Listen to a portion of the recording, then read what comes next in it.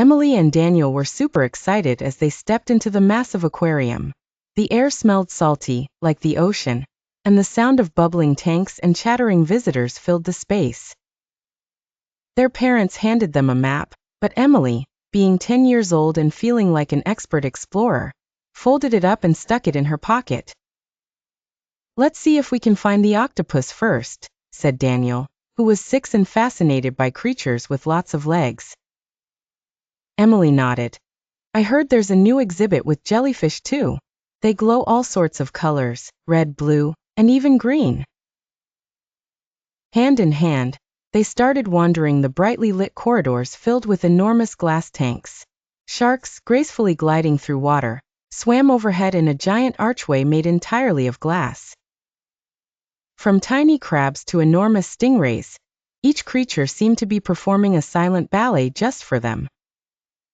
Gradually, without realizing, the laughter of nearby visitors faded out, and the siblings found themselves in a quieter section of the aquarium.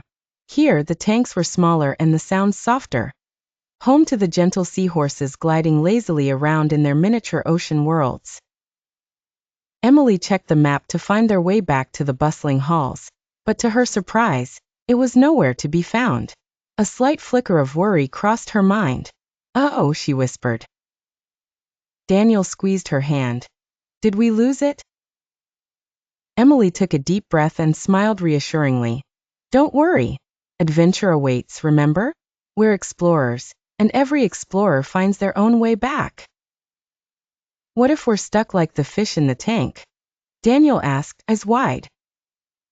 "No way," Emily chuckled.